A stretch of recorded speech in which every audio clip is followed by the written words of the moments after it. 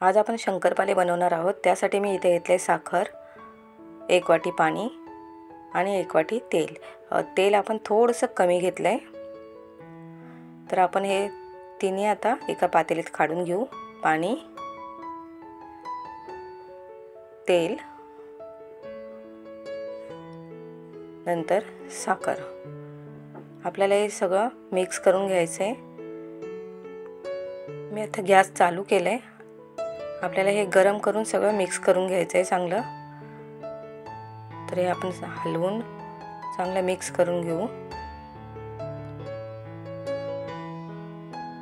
तुम्ही पाहू शकता पाण्याला उकळी आली आणि आपलं साखर पूर्णपणे पाण्यात आणि तेलात मिक्स झालेली आहे। तर गॅसची फ्लेम बंद केली। आता आपल्याला हे मिश्रण पूर्णपणे थंड करायचं आहे। तर आपलं हे पातेलीतलं मिश्रण पूर्ण थंड झाले। हे तुम्ही पाहू शकता पूर्णपणे थंड झालेलं आहे। आता यामध्ये आपल्याला मैदा घालायचा आहे। आपल्याला साधारण यामध्ये 5 वाटी मैदा लागेल। ज्या वाटीने आपण साखर, तेल आणि पाणी घेतले त्याच वाटीने मैदा घेतलाय। आता पहिल्यांदा मी 3 वाटी मैदा याच्यामध्ये घालून घेते। जेवढा मैदा आपला या मिश्रणमध्ये राहील तेवढा आपल्याला घालायचा आहे।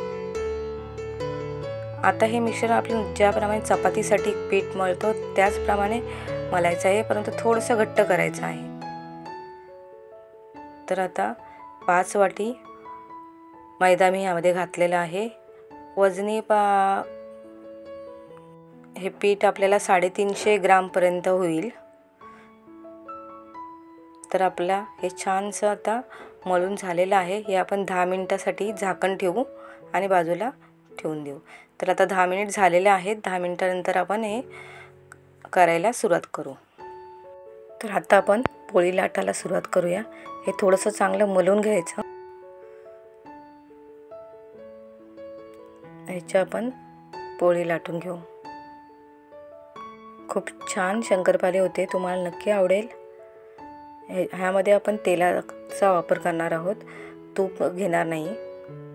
काहींना तूप आवडत नाही, त्यांच्यासाठी शंकरपाळे नक्की आवडेल। तर आता हे पोळी लाटल्यानंतर असं गोल करून घ्यायचं, त्याने याला छान लेयर पडतील। तर आपलं हे गोल बनवून झालंय।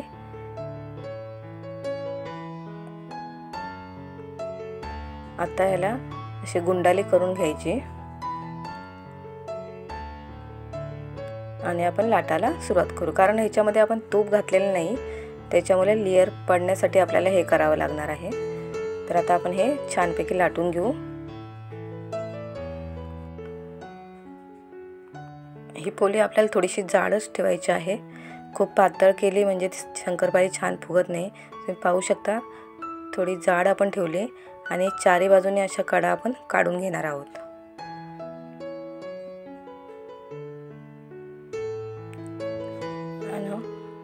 कटरने अशा पद्धतीने हे कट करून घेऊ।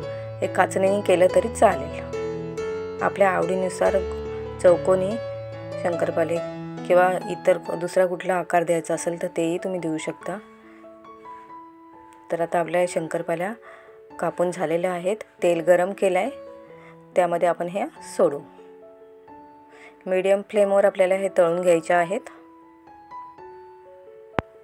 तर आपण छानपैकी यांना तळून घेऊ। गॅसची फ्लेम आपल्याला मीडियम ठेवायची आहे। तर तुम्ही पाहू शकता शंकरपाळ्यांचा कलर बदलायला लागलाय। आपल्याला या शंकरपाळ्या गोल्डन कलर येईपर्यंत तळून घ्यायच्या आहेत। तुम्ही पाहू शकता छान शंकरपाळ्या फुगलेल्याही आहेत। आता आपल्याला पाहिजे तसा कलर आलेला आहे। तर आपण आता या शंकरपाळ्या काढून घेऊ। खायलाही खूप छान लागतात आणि खुसखुशीत होतात।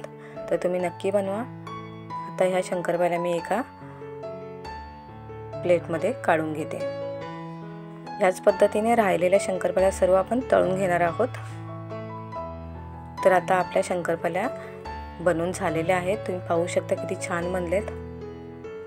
तर ही आपली शंकरपाळे लाटलेली आणि हे बनलेले 3 पटीने जास्त ही शंकरपाळे फुललेले आहे।